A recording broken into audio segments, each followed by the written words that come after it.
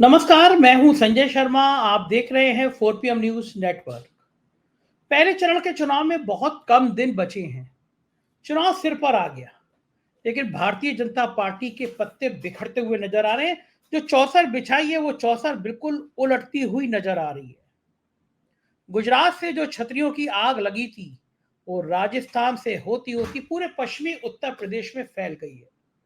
आप कल्पना कर सकते हैं कि योगी आदित्यनाथ जैसे ठाकरों के बड़े नेता सभा करने जाएं और वहां पे बालियान मुर्दाबाद मुर्दाबाद के नारे लगे। पश्चिमी उत्तर प्रदेश में व्हाट्सएप पे मैसेज चलने लगे, योगी को बचाना है तो मोदी को हराना है। राजनाथ सिंह योगी आदित्यनाथ को लगातार सभाएं करने को कहा जाए कि किसी तरह ठाकुरों को मनाओ, लेकिन मामला पटे नहीं। इस इलाके के बड़े ठाकुर नेता संगीत सोम सीधा सीधा कहते हैं कि बालियान मेरे स्तर का नहीं है, मैं गुंडों को लेके नहीं चलता। प्रचार में जाएंगे? नहीं, संजीव बालियान का प्रचार मैं कभी नहीं करता। मैं तो भारतीय जनता पार्टी का प्रचार करता। बीजेपी नाराजगी है, वो नाराजगी दूर नहीं हुई है लगता। किससे नाराजगी है? संजीव बालियान से। स्तर नहीं है संजीव बालियान का मेरे से बात करने का। और ये कहा जाए कि संगीत सोम और सुरेश राणा को मनाना अब टेढ़ी खीर हो गया। प्रधानमंत्री ने भी मंच पर बुलाया, पीलीभीत में सुरेश राणा से बात करी, मतलब मैसेज दिया कि भाई मैं सुरेश राणा से व्यक्तिगत बात कर रहा हूं, छत्तीसगढ़ में मैसेज चला जाए। लेकिन देर हो गई, गंगा में बहुत पानी बह गया। इधर पीलीभीत में तेज तर्रार सांसद वरुण गांधी का टिकट काटकर योगी सरकार के सबसे बदनाम मंत्री जितेंद्र प्रसाद को दिया गया। आपको याद होगा, 1 साल पहले अचानक एक खबर आई थी कि पीडब्ल्यूडी में बड़े पैमाने पर भ्रष्टाचार हो गया है।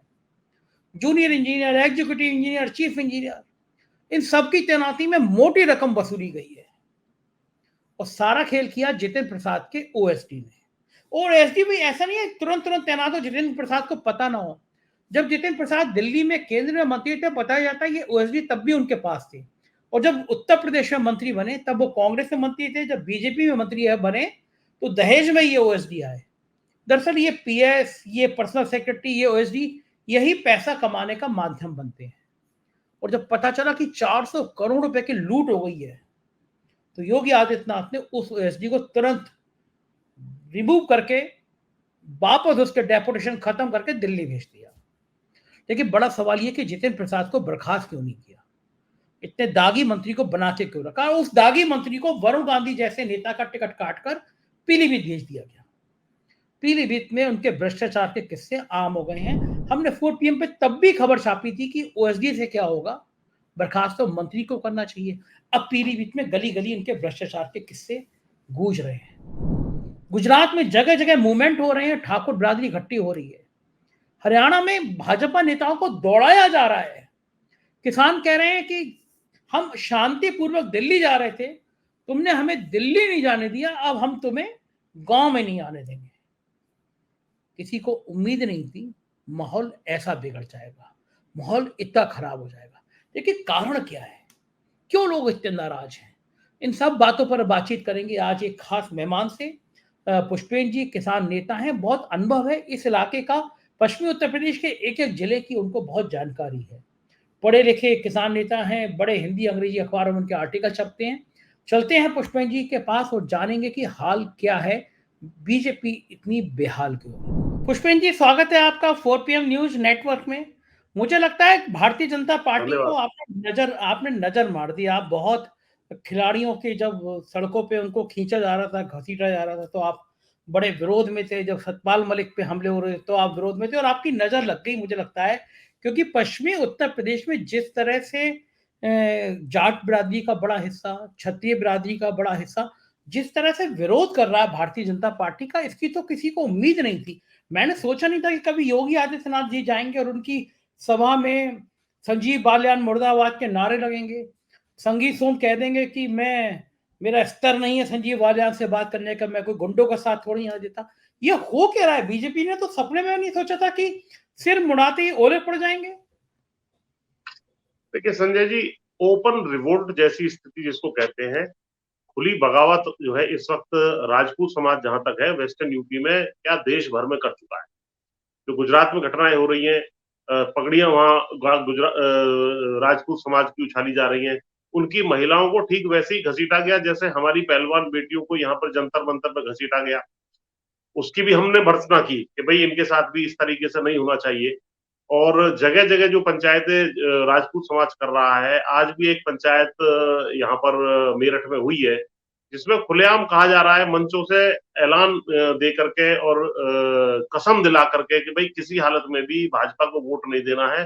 भाजपा को हराने वाले कैंडिडेट को, चाहे वो किसी भी पार्टी से संबंधित हो, भाजपा के अलावा उसको वोट देना है। ये बहुत ही बड़ी चिंता का विषय जो है पूरे देश भर में राजपूत समाज का बन गया है। और जहां तक जाट समाज की बात है तो जाट समाज पहले से ही किसान समाज के रूप में भयंकर इनसे नाराज चल रहा था भाजपा से। और राष्ट्रीय लोकदल के भाजपा में जाने से, एनडीए में जाने से एक और बड़ी नाराजगी के रूप में एक विस्फोट जैसा हो गया है। चाहे वो आप हरियाणा चले जाएं तो दुष्यंत चौटाला जब से वहां से हटे हैं उनका भारी विरोध हो रहा है। चाहे वो किसी भी गांव में चले जाएं, उनको गांव में घुसने नहीं दे रहे, उनकी गाड़ियों को तो पीछे हटा देते हैं, उनकी नारेबाजी, काले झंडे दिखाना। तो बल्कि आज उनका एक बयान आ गया, उनको मजबूरी में दुष्यंत चौटाला को यहाँ तक कहना पड़ गया कि भाई कोई भी मुद्दा है तो मिल बैठ करके बातचीत से वो हल होगा। अब आप क्या चाहते हो, मेरे कपड़े फड़वाना चाहते हो, मेरी गाड़ियां तोड़वाना चाहते हो, भैया कर लो, ऐसा भी कर लो। तो इस तरह का जो है, और उनकी माता जी को भी माफी मांगनी पड़ी कि बातचीत से हल हो सकता है। तो कहीं ना कहीं इसी तरह का जो सिचुएशन जो है वो वेस्टर्न यूपी में बनी हुई है। वोट के माध्यम से भारी विरोध जो है जाट समाज हो चाहे राजपूत समाज हो वो भाजपा का करने जा रहा है। इसके अलावा सैनी समाज है, गुर्जर समाज है, तमाम समाजों में जो है ना एक बेचैनी, विशेषकर क्योंकि ये ग्रामीण क्षेत्र की जितनी भी है, चाहे आंदोलन मुख्य रूप से किसानों ने जब किया था तो उसमें जाट समाज की ज्यादा भागीदारी थी, लेकिन समस्याएं वही थी, गन्ने का रेट ना मिलना, अग्निवीर योजना का थोपा जाना, या आवारा पशुओं की समस्या। तो ये सारी चीजें एमएसपी का ना मिलना, तो ये सारी चीजें जो है प्रभावित कर रही थी ग्रामीण क्षेत्र को। तो ग्रामीण क्षेत्र में ही ये सारी जातियां मुख्य रूप से बसती हैं। तो धीरे धीरे बड़ा जो है असंतोष फैला हुआ है, जिससे अब 5, 7, 10 दिन में या चुनाव के दौरान निपटना मुझे नहीं लग रहा संभव। जी हाँ, मेरे को ठीक है वो कि पहला फेज तो बिल्कुल सिर पर आ ही गया। लेकिन एक बात बताइए कि अब बीजेपी को अंदाजा नहीं था हरियाणा में किसान क्या कर रहे थे। किसान सीधा सीधा ये कह रहे थे भाई हम शांतिपूर्ण तरीके से दिल्ली में जाएंगे और दिल्ली में अपनी बात कहेंगे। दिल्ली षड्यंत्रों का घर है, दिल्ली बलात्कारियों का घर है। दिल्ली वाले क्षमा करें, मैं उनको नहीं कह रहा, मैं नेताओं की बात कर रहा हूँ। बड़ी संख्या में जो नेता आ रहे हैं उनका, दिल्ली में जो नेतागण हैं उसमें अपराधी हैं, दिल्ली में नेतागण हैं उसमें बलात्कारी हैं, हत्यारे हैं क्योंकि हत्या के आरोप चल रहे हैं अभी बहुत सारे। तो ऐसे पे दो स्थिति में ऐसे ऐसे प्रजाति के लोग दिल्ली में पाए जाते हैं, वो सब आ सकते हैं, लेकिन भोले भाले किसान नहीं आ सकते। इस देश में ड्रोन से जहां पे हमारे दुश्मनों पे हमले होने चाहिए थे, ड्रोन से आंसू गैस के गोले छोड़े गए किसानों पर। तो क्या उस समय ये नेताओं को नहीं पता था कि अगर तुम किसान को दिल्ली में नहीं घुसने दोगे तो ये किसान भी तुम्हें अपने गांव में नहीं घुसने देंगे। इन किसानों को क्या हल्का करके आंक लिया था इन भाजपा के नेताओं ने? जी जी, ये बिल्कुल बात आपकी ठीक है। देखिए, जो 2020 में आंदोलन दिल्ली के चारों तरफ हुआ था, उस तरह का बिहेवियर किसानों के साथ कभी भी नहीं हुआ कि कीले गाड़ दी जाए, बैरिकेड लगा दिए जाए, कटीले तार लगा करके उनको वहीं पर 13 महीने तक सड़कों पर रहने के लिए, मैं ये कहूंगा सड़कों पर संघर्ष करने के लिए, सड़कों पर सड़ने के लिए छोड़ दिया जाए। जैसा अभी अपने आप चले जाएंगे, आंख मूंद ली थी जिस तरीके से भाजपा ने और केंद्र सरकार ने। और 3 कृषि कानून जो थे वो केंद्र सरकार के लादे हुए थे। तो देश का जो किसान है वो दिल्ली आकर के संघर्ष इस विषय में करना चाहता था। और दिल्ली देश की राजधानी है, रामलीला मैदान में तमाम तरह के जो है आंदोलन हुए हैं, रैलियां होती रही है, वहां उनको अलाउ नहीं किया गया। और बॉर्डर पर पड़े पड़े वो जो है, वो जो घाव उनको मिले हैं, उसी का परिणाम जब वो वापस गए हैं तो कहीं ना कहीं जो है उसका परिणाम दिखाई दे रहा है। दूसरा, उस आंदोलन में जो वायदे किए गए थे, चिट्ठियां दी गई थी कि भाई हम एमएसपी की लीगल गारंटी देंगे, कर्जा माफी होगा, टेनी के ऊपर एक्शन होगा, वो और तमाम चीजें थी। उन चीजों पे कोई कार्रवाई सरकार ने जब नहीं की तो दोबारा से आंदोलन शुरू हुआ। जो पंजाब हरियाणा पे आज भी हमारे किसान भाई बैठे हुए हैं, और उनके साथ जो बिहेवियर हुआ सारे देश ने देखा। ड्रोन से जो हमले हुए और सिर में गोली मार करके अभी एक हमारे शुभकरण युवा भाई को जो है शहीद कर दिया गया। और अब तो हरियाणा में तो ऐसी स्थिति आ गई है कि एक जगह तो गाड़ी में झंडे जा रहे थे हिसार की तरफ कहीं, तो उनको उतार करके भाजपा के झंडे थे उनको उतार लिया गया और उसमें आग लगा दी गई। तो ये ऐसी स्थिति आ रही है और जहां पर भी जो भी आ रहा है उसके पोस्टर बैनर लेकर के गाड़ियां जा रही है उनको जो है फाड़ देते हैं। तो बहुत ही जो है स्थिति ऐसी बन गई कि इनको अपनी प्रचार प्रसार करना भी असंभव हो गया है। इनको अंदाजा था कि नहीं था, ये अपने सत्ता के मद में इतने मदहोश थे कि ये किसानों के साथ ऐसा दुर्व्यवहार कर बैठे। अब जैसे वहां दुर्गति बन रही है दुष्यंत चौटाला की, तो धीरे धीरे आप देखना जयंत की भी ये दुर्दशा पॉलिटिकली तो बन चुकी है। आगे जाकर के इनको मंत्री पद मिले ना मिले, इनको केंद्र में भी ना मिले या यहाँ यूपी से भी हटा दिया जाए एक बार यूज करने के बाद, आज इनकी दुर्दशा अरे ऐसी होगी कि आज। मुझे बताइए ना जी आप पुष्पेश जी, मुझे बताइए इससे ज्यादा दुर्दशा और क्या होगी कि सहारनपुर में रैली, कैराना में रैली, बिजनौर में रैली, और जयंत चौधरी से कह दिया गया, जहां तक मुझे पता है कि आपसे मना कर दिया गया बीजेपी की तरफ से, आप रैली से मत आइए, ठाकुर भड़क रहे हैं। बिजनौर में उनका प्रत्याशी खुद की पार्टी का योगी आदित्यनाथ पहुंचे और जयंत नहीं गए। तो ये स्थिति अगर जब होगी, जयंत 2 दिन घर से नहीं निकले, बेचारे इतने डिप्रेशन में चले गए, तो जयंत का तो इतना अपमान हो चुका। क्या आपको उम्मीद थी कि जयंत का इतना अपमान करेगी बीजेपी में बुला के और फिर दावत दे के, नो कि मैं आपको घर पे बुलाऊं, दावत दूं, न्योता दूं, तो जब मेरे घर पे आ जाओ तो मैं आपको लतिया दूं? क्या जयंत को उम्मीद थी कि इतना बुरा हाल करेगी बीजेपी उनका? देखिए, बीजेपी ने कैलकुलेशन ये की होगी जैसे ही जयंत हमारे साथ आएंगे तो सारे जाट भी इनके साथ आ जाएंगे। अगर सारे जाट इनके साथ चले जाते हैं तो इनकी हिम्मत, इनका इतना अपमान जयंत का करने की नहीं होती। लेकिन जब इन्होंने देखा कि जाट तो आए नहीं, जाट वहीं रह गई, तो इनको लाया क्यों गया था अपने साथ उस वक्त, और उनके इनके आने से जो है बाकी बिरादरियां भड़क रही हैं। तो कहीं ना कहीं उनको एक सिग्नल चला गया, इसलिए जो है चाहे मेरठ की रैली हो जिसमें प्रधानमंत्री जी शामिल थे, एक ही रैली में ये शामिल हो पाए। दूसरी घोषित होने के बाद भी सहारनपुर में जिसमें इन्होंने प्रोग्राम अपना लगा दिया था कि भाई जो है प्रधानमंत्री की रैली में और जयंत चौधरी शामिल होंगे, वो नहीं हो पाया। अब उसके बाद भी जो है कोई मंच साझा जो इनके साथ भी नहीं कर पाए योगी जी के साथ। अब कल का सुन रहे हैं कि एक प्रोग्राम है इसमें बिजनौर की हस्तनापुर सीट पर एक प्रोग्राम ज्वाइंट है, ऐसा प्रोग्राम जारी किया है। अब लेकिन ये प्रोग्राम है कि नहीं है, क्योंकि मैं अभी योगी जी का वो देख रहा था यूट्यूब चैनल, उसमें मैंने देखा कि उनके 2 प्रोग्राम लगे हुए हैं, लेकिन एक कैराना का लगा हुआ है और दूसरा सहारनपुर का लगा हुआ है। उसमें ये रहेंगे नहीं रहेंगे इनके प्रोग्राम में भी नहीं पता लग रहा है, जो इन्होंने जारी किया 12 तारीख का अपना प्रोग्राम राष्ट्रीय लोकदल ने।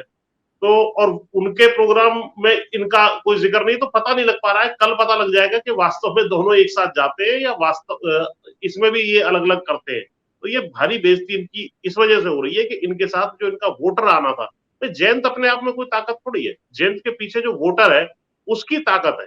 वो अगर असंतुष्ट है इनके डिसीजन से, जो कि लग रहा है, और बिल्कुल विद्रोह पे उतरा हुआ है, इसी वजह से जो है मजबूरी में अभी पिछले दिनों इनको एक रोड शो निकालना पड़ा, संदेश देना पड़ा, नहीं भाई उसको अपने बगल में खड़ा करके संजीव बालियान को के साथ ये तो हम साथ साथ है। जबकि वास्तविकता ये है कि इन्होंने खुद ही इनके कार्यकर्ताओं के माध्यम से, वोटरों ने तो अपने आप निश्चय कर रखा है, चाहे कोई कुछ करे, हम इनको वोट देने वाले नहीं है संजीव बालियान को, इसके खिलाफ देंगे वोट। अच्छा, ये तो बताइए पुष्पेश जी, जी मुझे एक मैं आपको रोकूंगा, ये बताइए संजीव बालियान का इस हद तक विरोध क्यों हो गया? मुझसे आज मुजफ्फरनगर के सीनियर जर्नलिस्ट हैं, वो कह रहे थे कि संजीव बालियान संघर्ष कर रहे हैं कि वो दूसरे नंबर पर आ जाए, क्योंकि वो पैर पे तो नहीं है अब। तो मैं चौंका, मतलब क्या स्थिति बालियान की ये आ गई है कि वो मुजफ्फरनगर में दूसरे नंबर पर आने के लिए संघर्ष कर रहे हैं? लड़ाई वहां पे इंडिया गठबंधन की और बसपा की होने आ रही है, क्या ये सही खबरें हैं?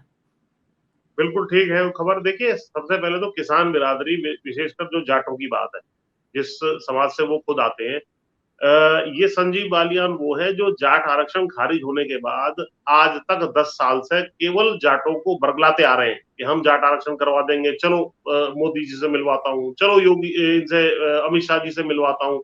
हर चुनाव से पहले जाटों को ले जाकर वहां मिलवाते हैं, आश्वासन दिलाते हैं, सूखा सूखा वापस आ जाते हैं, वोट ले लेते हैं। उसके बाद महिला पहलवानों की जब बात आई, इन्होंने खुद में भी मिला था, इन्होंने कोई बात नहीं उठाई। इसके अलावा किसान जब यहाँ पर बैठे बैठे जो है 750 किसान शहीद हो गए, इन्होंने कोई बात नहीं उठाई।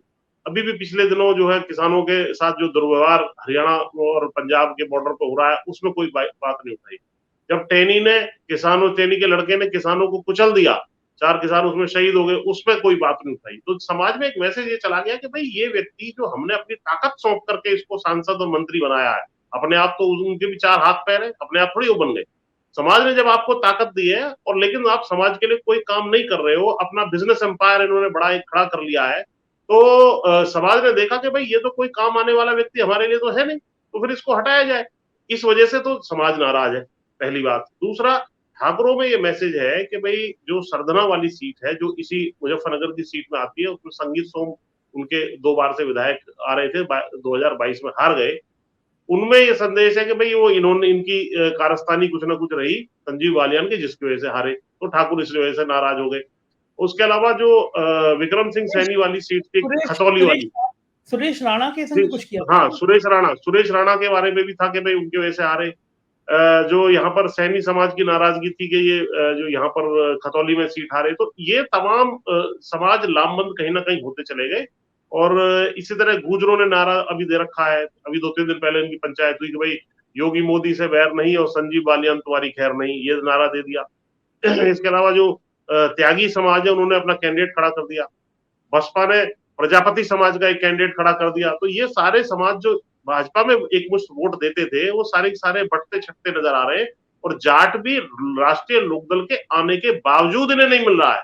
और मुझे तो अब धीरे धीरे आशंका ये होती जा रही है कि पहले कहते थे कि भाई 60-40 है, 60-40 नहीं है, अब 60-40 उलट गया है। 60% जाट जो है हरिंदर मलिक के साथ, 40% इनके साथ है, जो धीरे धीरे रोज 2-5% खिसक के हरिंदर मलिक के पाले में जा रहा है। और हरिंदर मलिक की पोजीशन बिल्कुल बहुत मजबूत है मुजफ्फरनगर में, और बड़ा उलटफेर आपको वहां देखने को मिल सकता है। और जो इनके समर्थक हैं राष्ट्रीय लोकदल के, स्वयं राष्ट्रीय लोकदल के जो जयंत चौधरी है, उनके मन में एक मलाल है कि हमारे पिताजी को इन्होंने हराया था। ऊपर ऊपर से ये नाटक सा कर रहे हैं इनका साथ देने का, लेकिन अंदर से इनके समर्थक ये खुद चाहते हैं संजीव बालियान हार जाए, तो हमारी जो है पिताजी की हार का बदला भी ले लिया जाए। जी। अच्छा पुष्पन जी, संगीत सोम भी उस इलाके के मजबूत ठाकुर नेता हैं। उनका एक बयान वायरल हो रहा है कि बालियान की हैसियत है मुझसे मेरे बराबर के स्तर का बालियान नेता नहीं है, और मैंने गुंडों का साथ ही देता बालियान की तरह। ये इस हद तक क्या ये बयान सही है? संगीत सोम ने ऐसा कहा है क्या? जी, ये बयान उन्होंने कहा है, ये कल का बयान है। कल एक रैली संगीत सोम जी का जो इलाका है सरदरा, वहां पर हुई थी, जिसमें मुख्य अतिथि के रूप में योगी जी शामिल थे। बगल में बैठे हुए थे संगीत सोम, और एक साइड बैठे हुए थे संजीव बालियान। और इन्होंने इनकी सुलह पहले भी कराने की कोशिश की थी, अब भी इन्होंने कोशिश की, लेकिन एक तो संगीत सोम ने अपने भाषण में कुछ नहीं कहा कि भाई इनका समर्थन करना, और केवल ये कह दिया भाई जैसा मुख्यमंत्री जी का आदेश होगा वैसा हम कर लेंगे। और उसके बाद जब इनका भाषण हुआ तो इनकी भयंकर हुटिंग जो है वहां से जनता ने मुर्दाबाद कर दी संजीव बालियान की। तो मैसेज ये चला गया कि भाई चाहे योगी जी भी मनाने क्यों ना आ जाए, हम मानने वाले नहीं है। हम लोग जो है निर्णय ले चुके हैं और हमें इनके खिलाफ वोट देना है संजीव बालियान के। और जो इनको हरा रहे हैं हरिंदर मलिक, तो उनको वोट ये देने को तैयार बैठे हैं। बाद में जो मंच के बाद जैसे पत्रकार घेर लेते हैं, बाइट लेते हैं, तो उस वक्त ये जो बयान आपने कहा कि इनका कोई स्तर नहीं है और मैं जो है इस तरह गुंडे लेकर के नहीं चलता और ये क्षेत्र में नहीं आए, और तमाम तरह के आरोप इन्होंने लगाए, तो इससे ये लग रहा है कि ये खुली बगावत है। जो योगी जी के आने के बावजूद भी, मंच शेयर करने के बावजूद भी ये बगावत जारी रहेगी, और इसका परिणाम ये होगा कि ये चुनाव संजीव बालियान अब हारने जा रहे हैं। जी। बड़ी अजीब स्थिति है। पश्चिमी उत्तर प्रदेश में ये हाल है, उधर पूर्वी उत्तर प्रदेश में वरुण गांधी का टिकट काके जितिन प्रसाद को दिया गया। लगभग 1 साल पहले की बात है पुष्पेन जी, एक दिन खबर आई कि पीडब्ल्यूडी विभाग में इंजीनियरों के तबादले के नाम पे बड़ा भारी भ्रष्टाचार हुआ है। जूनियर इंजीनियर से लेके एग्जीक्यूटिव इंजीनियर तक 400 करोड़ का घोटाला सामने आया कि तबादले में 400 करोड़ रुपए कमा लिए गए हैं। ऐसे ऐसे इंजीनियर जो कभी जिंदगी पोस्टिंग नहीं पा सकते, तो उन पर क्रीम पोस्टिंग 2-2, 3-3 करोड़ में। और बात मुख्यमंत्री तक जैसे ही पहुंची, मुख्यमंत्री जी ने तुरंत उस ओएसडी को, जिसको जितिन प्रसाद अपने संग दिल्ली से लाए थे, पहले दर्शकों को बता दूं कि मंत्री को चुनने का राइट होता है अपना ओएसडी। तो जितिन प्रसाद जब कांग्रेस में थे पुष्पेन जी, तो कांग्रेस में जब मंत्री बने थे, तो जो उनका ओएसडी तब था उसी को वापस ले आए लखनऊ। दरअसल ये ओएसडी होते हैं, पीएस होते हैं, यही सब पैसा कमाने की मशीन होते हैं, पैसा इनके थ्रू कमाया जाता है। तो योगी जी ने तत्काल ओएसडी को रिलीव कर दिया, वापस भेज दिया दिल्ली, और विजिलेंस की जांच सेटअप कर दी इस पूरे घोटाले पर। तो जो आदमी, जितिन प्रसाद जैसा आदमी, जिसपे बदनामी का इतना बड़ा दाग लगा हो कि उसने तबादले के नाम पे इतना बड़ा खेल कर दिया, उसको वरुण गांधी का टिकट काट के पीलीभीत दे दिया गया। अखिलेश यादव पहुंच रहे हैं आज। अखिलेश यादव भी शायद इस मुद्दे को उठाएंगे कि योगी सरकार का सबसे भ्रष्ट मंत्री, पीडब्ल्यूडी मंत्री, जिसके ऊपर 400 करोड़ का आरोप, उसे वरुण गांधी जैसे एक नेता का टिकट काट के उसको दे दिया। क्या सीन लग रहा है पीलीभीत? देखिए, पीलीभीत में जब से वरुण गांधी का टिकट कटा है, वरुण गांधी और मेनका गांधी सन 89 से ही लगातार जो है एक बार को छोड़ करके यहाँ पर सांसद अभी तक थे, और उनका टिकट कटने के बाद उनके प्रति एक सिंपैथी की भी लहर है, और वो बिल्कुल निष्क्रिय भी हो गए हैं। 2-3 दिन पहले, अभी शायद परसों ही, एक प्रधानमंत्री जी की भी वहां रैली थी। उस रैली में ना तो वरुण गांधी जी मौजूद थे, ना मेनका गांधी वहां आई, जबकि ये चाहते तो उनको बुला करके मान मनोबल करके, और पूर्व जो होता है उसको, जिसका टिकट कटा होता है, उसको भी वहां कैंडिडेट को रखने से एक उसके सपोर्टर्स में भी एक संदेश चला जाता है कि भाई इसी का साथ देना है। अभी जो कैंडिडेट है वो उसमें मौजूद नहीं थे। और जब इनका टिकट कटा था, उसके कुछ दिनों बाद इन्होंने एक इमोशनल लेटर भी लिखा था, जिसमें इन्होंने कहा था कि भाई मैं पीलीभीत की जनता ने मेरा जो है बहुत साथ दिया और मैं भी इनका साथ दूंगा, मेरे दरवाजे खुले रहेंगे, तमाम चीजें बताई गई थी। तो इनके वहां सिख वोटर्स जो है वो मुख्य रूप से इनको जो है 100% वोट देते आए। इसी वजह से सिख वोटर पे डोरे डालने के लिए कल प्रधानमंत्री जी ने 1984 के दंगे, सिख दंगे भी याद दिलाए कि साहब हम लोग आपके साथ हैं, और आपके साथ तो कांग्रेस ने ऐसे किया था। तो लेकिन इनके सपोर्टर, चाहे सिख हो चाहे नॉन सिख हो, तमाम बिरादरियों में इनके सपोर्टर है, वो निश्चित रूप से गंगवार जो कैंडिडेट है समाजवादी पार्टी इंडिया गठबंधन के, उसकी तरफ मूव कर रहे हैं। मुसलमान भी मजबूती से उसके साथ खड़े हैं उस सीट पर भी, और इनके ऊपर भ्रष्टाचार के आरोप है, जो कि चीजें वहां खुल गई है, व्हाट्सएप पे, सोशल मीडिया पे चल रही है। इसलिए इनकी स्थिति जो है जितिन प्रसाद जी की पीलीभीत में बहुत ही जीतने की स्थिति मुझे लग रहा है कि नहीं है, और बहुत ही खतरे में वो सीट पड़ी हुई। जी बिल्कुल ठीक कह रहे हैं पुष्पेंद्र जी। आपसे बातचीत करके ये तो साफ हो गया कि पहले फेज का चुनाव बीजेपी के लिए इतना आसान नहीं है, बहुत कठिन है डगर पनकट की। देखते हैं क्या होता है आगे। है हम आपके संपर्क में रहेंगे, बातचीत करते रहेंगे। बहुत बहुत शुक्रिया पुष्पेंद्र जी समय देने के लिए, थैंक यू। तो ये थे पुष्पेंद्र जी, और आपने देखा कि हाल क्या है। चुनाव में इतने कम दिन बचे पहले चरण में, और बीजेपी का ये हाल बता रहा है कि इस बार मामला थोड़ा मुश्किल है। 400 पार के नारे बहुत दूर की बात है, 250 तक पहुंच जाए ऐसा है तो खुशी मनाएंगे। क्या आप सहमत हैं इस बात से? अपनी राय बताइएगा, चैनल को ज्वाइन कीजिएगा, सब्सक्राइब करिएगा। शुक्रिया, थैंक यू।